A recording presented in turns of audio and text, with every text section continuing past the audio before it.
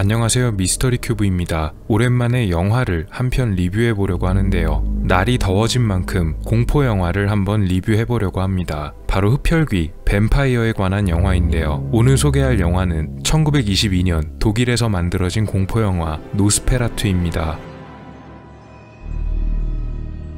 1922년에 만들어진 영화인 관계로 해당 영화는 기본적으로 무성영화입니다.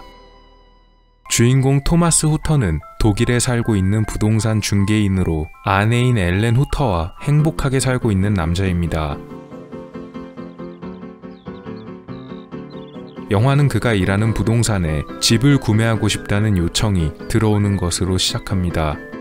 요청을 보낸 고객은 트랜실베니아 출신이며 그라프 올록이라는 이름의 백작입니다. 그는 토마스가 사는 동네에 집을 구매하고 싶다고 편지를 보냅니다. 게다가 올록 백작은 돈도 아주 후하게 쳐주겠다고 하는데요. 결국 토마스는 트랜실베니아까지 직접 백작을 찾아가게 됩니다. 하지만 너무 먼 곳이라 떠나기를 망설이는 주인공, 그리고 뭔가 일이 벌어질 것만 같은 불안감에 토마스를 쉽게 보내주지 못하는 엘렌.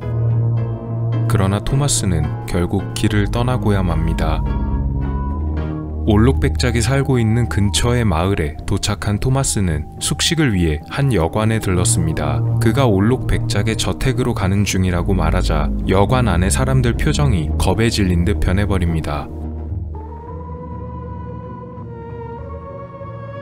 여관에서 제공한 방 안에 들어간 토마스. 그는 방에 놓여있던 작은 책을 하나 집어들었는데요. 그 책에는 사람의 피를 빨아먹는다는 전설 속의 악마 노스페라투에 관한 이야기가 쓰여 있었습니다. 하지만 그는 말도 안 되는 이야기라고 생각합니다. 다음날 토마스는 올록 백작이 보냈다는 마부의 마차를 타게 됩니다. 그런데 이 마차는 보통의 마차와는 다르게 기묘하게 빠른 속도를 내는 마차였습니다. 영화상에서는 이 빠른 속도를 내는 마차를 표현하기 위해 빨리 감기 기법을 사용했는데요. 컴퓨터 그래픽은 고사하고 특수효과도 변변치 않던 시대라 이런 기초적인 요소들을 사용해서 올록 백작이 쓰는 초현실적인 행위를 표현해내기도 했습니다. 백작의 저택에 도착한 토마스, 그리고 저택의 문이 열리자 그라프 올록 백작이 등장합니다. 백작이 등장하는 장면은 상당히 섬뜩한 연출이 돋보입니다.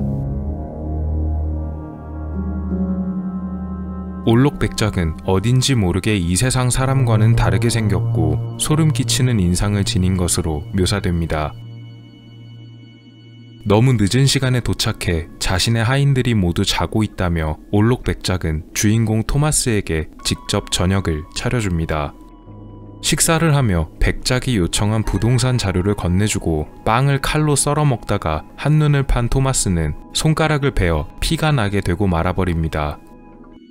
그런데 토마스의 손가락에 난 피를 보자마자 갑자기 자리에서 일어나 다가오는 올록 백작.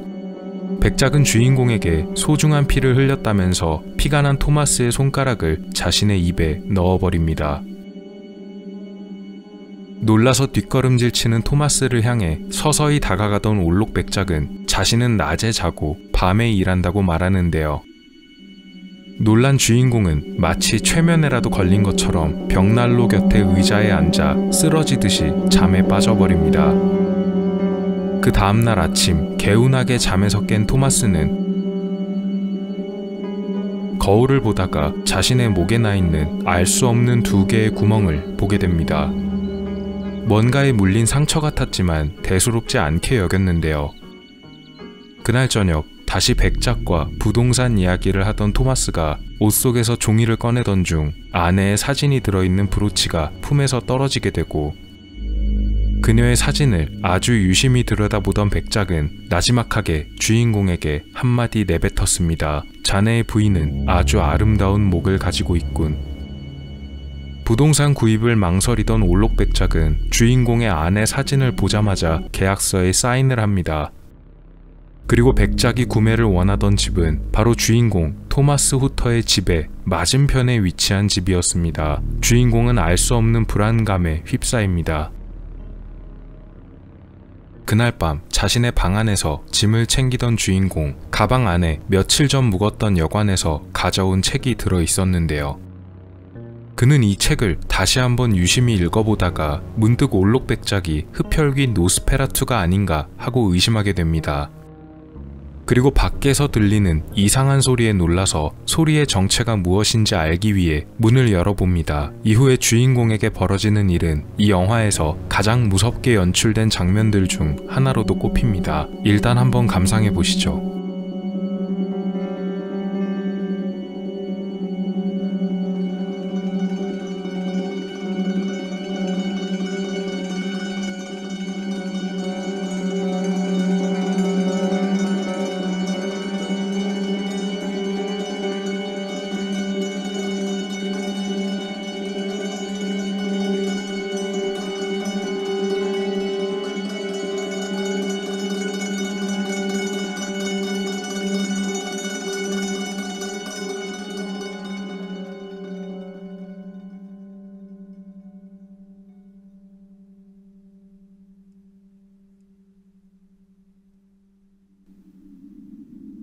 한편 독일에 머물고 있던 주인공의 아내 엘렌에게도 남편 토마스가 올록백작에게 끔찍한 일을 당하는 동안 알 수 없는 악몽과 환상을 보게 되는 묘사가 등장합니다. 정신을 잃은 채 쓰러져 있는 자신의 남편에게 알 수 없는 무서운 그림자가 덮치는 악몽을 꾸게 되는데요. 이것은 원작 드라큘라에 나오는 여주인공 미나 하커가 드라큘라와 정신적 연결고리를 가지고 있다는 점을 차용한 것으로 이 영화에서도 엘렌 후터의 이런 능력이 후반부에 굉장히 중요하게 사용되기도 합니다. 실제로 주인공 토마스를 흡혈한 듯한 올록백작은 다시 한번 섬뜩한 연출과 함께 주인공의 방에서 퇴장합니다.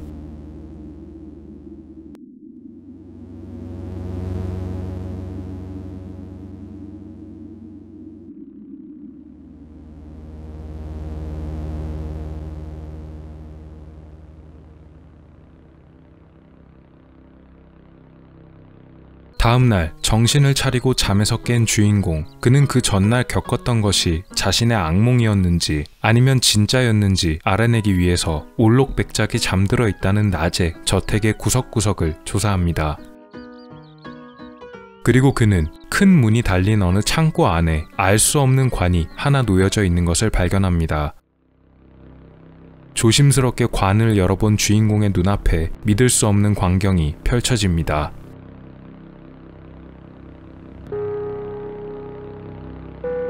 바로 관 안에는 백작이 눈을 뜬 채로 잠들어 있었기 때문입니다. 지금까지 본 모든 것이 전부 꿈이 아니었으며 여관에서 읽었던 작은 책에 나온 흡혈귀 노스페라투가 바로 올록백작이란 사실을 알게 된 토마스는 백작이 무슨 짓을 꾸몄는지 모두 깨닫게 되었습니다.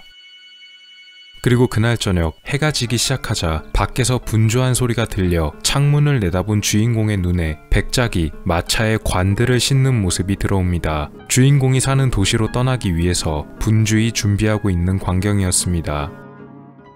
이 장면에서 감독은 다시 한번 올록백작이 보통 인간이 아닌 흡혈귀라는 점을 관객들에게 전달하는데요. 평범한 사람보다도 빠르게 움직이는 모습을 보여주기 위해 빨리 감기 기법을 또 한 번 사용했으며 무거운 관을 혼자서 옮기는 연출도 보여줬고, 마지막에는 필름을 잘라붙이는 기법을 사용해서 마치 관뚜껑이 저절로 날아가 닫히는 듯한 장면을 연출합니다. 100여 년 전의 영화인 것을 감안하면 상당히 공을 들였습니다. 자신의 방문이 바깥에서 걸어 잠긴 것을 확인한 주인공은 침대 시트를 찢어서 밧줄을 만든 다음 창문을 통해 빠져나와 올록백작을 추격하러 떠납니다. 그러나 주인공은 내려오다가 떨어져 정신을 잃게 되고 그는 결국 어느 병원에서 눈을 뜨게 됩니다. 주인공이 정신을 잃고 병원에 쓰러져 있던 동안 올록백작의 관들은 이미 항구에 도착했는데요. 인부들이 관을 실으려 하자 안에서 쥐들이 쏟아져 나옵니다. 시대가 시대인지라 쥐가 여기저기 설치던 때였기에 선원들은 별다른 생각을 하지 않고 쥐를 쫓아냈는데요. 사실 이 쥐떼는 올록백작이 몰고 온 동물들로서 전염병을 옮겨 마을과 사람들을 황폐화시키기 위해 가져온 것입니다. 한편 주인공 토마스는 병원에서 며칠간 기운을 차린 뒤 다시 백작의 도착을 저지하기 위해 떠나려 하는데요. 병원에서는 아직 움직이면 안 된다고 말하지만 그는 단호하게 뿌리치고 병원을 떠납니다. 올록백작의 관을 싣고 출발한 배에서는 출항한 지 며칠 되지 않아 병에 걸리는 선원들이 속출합니다. 이에 아무래도 이상한 낌새를 느낀 선원들이 이 모든 게 관 때문이 아닌가 의심을 하게 되는데요. 결국 한 선원이 관을 강제로 부셔버리면서 무서운 사실이 드러납니다.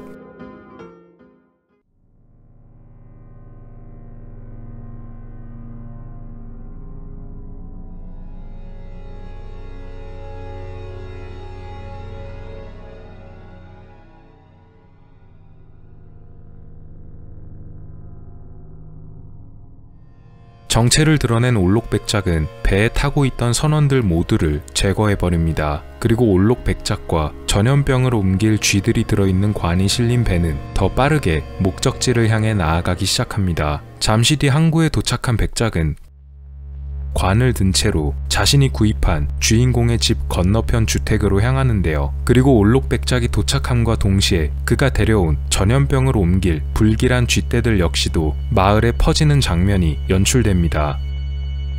마침 주인공도 비슷한 시기에 자신이 살던 마을에 도착합니다. 그리고 백작은 혼자서 관을 들고 돌아다니는데요. 화면에서는 아무리 봐도 낮으로 보이지만 영화상 시간대는 밤이었던 것으로 예상됩니다. 왜냐면 올록백작은 흡혈귀의 특성상 낮에는 잠을 자고 밤에 움직여야만 하기 때문입니다.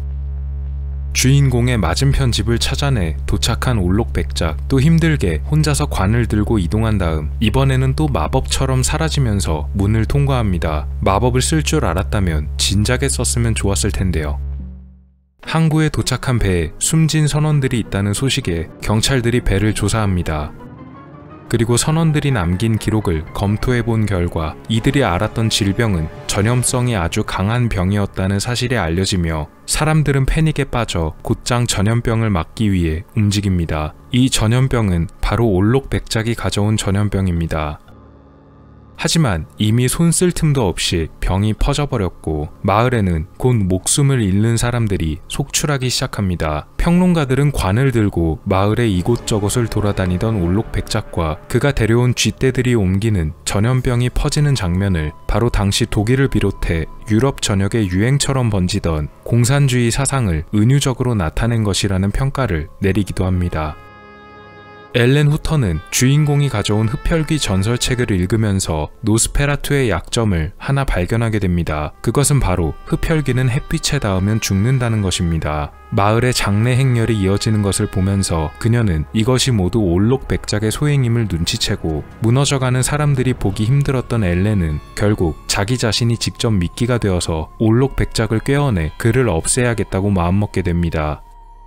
실제로 올록백작은 밤마다 앨런을 유혹했습니다. 몇 번이고 그녀의 피를 빨아먹기 위해 마법을 썼는데요. 그의 마법에 제대로 저항하지 못하는 앨런을 지키기 위해 주인공 토마스가 늘 그녀의 방에 머물러 있었습니다. 앨런 후터에게 마법을 걸어 그녀를 밖으로 나오게 만들려 했지만 그녀의 끈질긴 저항과 주인공의 방해로 실패했는데요. 올록백작을 꿰어내 없애버리기로 마음먹은 그녀는 토마스에게 의사를 불러달라고 내보내 방에 혼자 있게 됩니다. 그녀의 생각대로 올록백작은 혼자 남은 그녀의 방에 찾아오고 앨런은 그의 모습을 보자마자 겁에 질렸으나 마음을 굳게 먹고 저항하지 않기로 합니다.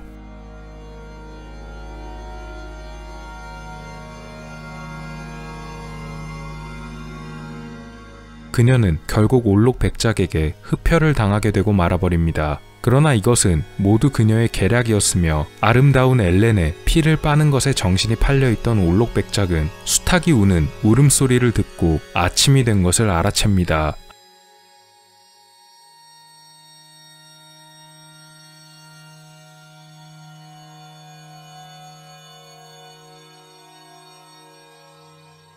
하지만 이미 때는 늦었고 강렬한 아침 햇빛에 결국 노스페라투는 최후를 맞이하게 됩니다.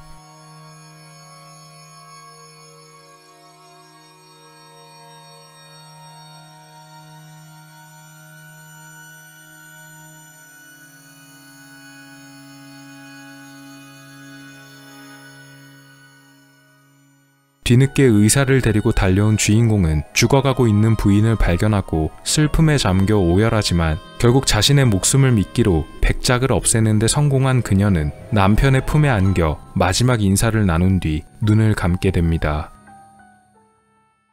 이 영화의 감독인 프리드리히 무르나우 감독은 표현주의 장르계의 거장으로 전해진 감독입니다. 그가 만든 이 노스페라투는 최초의 뱀파이어 영화라는 타이틀로도 유명합니다. 이 영화는 브람 스토커의 소설인 드라큘라와 내용이 매우 흡사하다고 느끼실 텐데요. 왜냐면 실제로 이 노스페라투라는 영화는 드라큘라 원작을 사실상 그대로 옮겨온 작품이기 때문입니다. 그럼에도 불구하고 제목을 노스페라투라고 지은 것은 바로 무르나우 감독이 당시 정당하게 판권을 구매하지 않은 채 무단으로 만들어냈기 때문인데요. 비록 등장인물들의 이름을 모두 교체하고 소설과 영화의 스토리에 차이점을 뒀으며 배경도 영국에서 독일로 변경시키는 등 나름대로 태클 걸리지 않기 위해서 노력했지만 나중에 소설의 저작권을 가지고 있던 브람 스토커의 부인에게 소송을 당하는 바람에 영화의 필름들이 전부 폐기 처분되었고 지금 보시는 영화는 필름이 폐기되기 전에 다행히 해외에 수출되어 살아남은 버전입니다. 스토리와 연출상의 변경점 때문에 드라큘라와는 또 다른 재미를 만들어낸 작품이라 노스페라투라는 작품은 드라큘라와는 완전히 별개의 것으로 구분됩니다. 무성 영화인 만큼 등장인물들의 대사가 들리지 않기 때문에 배우들의 표정 연기가 대단히 중요하게 작용했는데요. 이 덕분에 마치 연극을 보는 듯한 과장된 표정들이 나오지만 딱 한 명, 올록백작만은 표정 변화가 거의 없습니다. 이건 역시도 무르나우 감독의 천재적인 연출력이 돋보이는 점이라고 생각합니다. 주변 사람들의 얼굴에 나타나는 풍부한 표정 변화와는 다르게 거의 표정의 변화가 없는 듯한 백작의 모습을 영화 내에서 대비적으로 보여줌으로써 그가 인간이 아닌 괴물이라는 점을 훌륭히 묘사해냈기 때문입니다. 이 작품 이후로 드라큘라를 비롯한 흡혈귀들은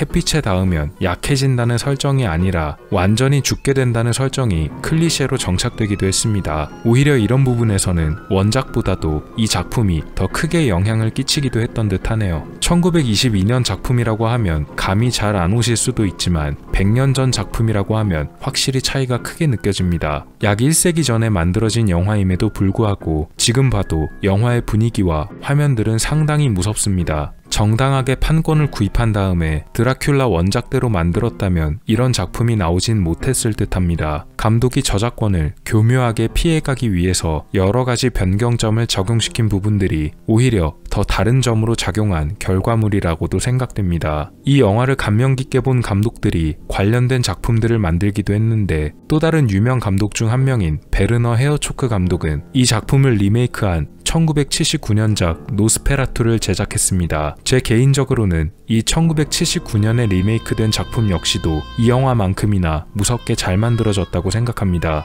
2000년도에 만들어진 영화 섀도우 오브 뱀파이어는 사실 이 노스페라투 영화에 출연한 올록백작이 실제로 흡혈귀를 캐스팅해서 만들어졌다는 내용의 영화입니다. 이 영화도 개인적으로 저는 괜찮게 봤습니다. 왜 저런 내용으로 영화를 만들게 되었냐면 1922년 당시 노스페라투의 올록백작을 맡은 배우인 막스 쉬렉이라는 배우가 실제로 뱀파이어라는 소문이 퍼져 있었기 때문입니다. 물론 해당 소문은 루머였습니다. 막스 쉬렉은 사진을 보시면 아시겠지만 정말 멀쩡한 배우입니다. 영화를 몇 편 남기지는 않았고 주로 연극 쪽에서 활동했다고 전해집니다. 1세기 전의 작품이지만 저는 재밌게 본 영화였는데요. 여러분들에게도 한번 소개해드려보고 싶었습니다. 이 영화는 현재 저작권이 소멸된 상태이므로 유튜브에도 전체 영상이 올라와 있습니다. 다만 영화 자체 자막은 독일어이며 유튜브에서 제공하는 자막들은 전부 영어로 되어 있습니다. 혹시 전체 영상이 궁금하시다면 한번 감상해 보시는 것도 추천합니다. 다음에도 기회가 된다면 재밌게 본 공포영화를 소개하는 영상 또 올려보도록 하겠습니다. 미스터리 큐브였습니다. 감사합니다. 오늘 미스터리 어떠셨나요? 여러분의 구독과 좋아요의 힘으로 다음에도 재밌는 미스터리로 찾아오겠습니다. 미스터리 큐브였습니다. 감사합니다.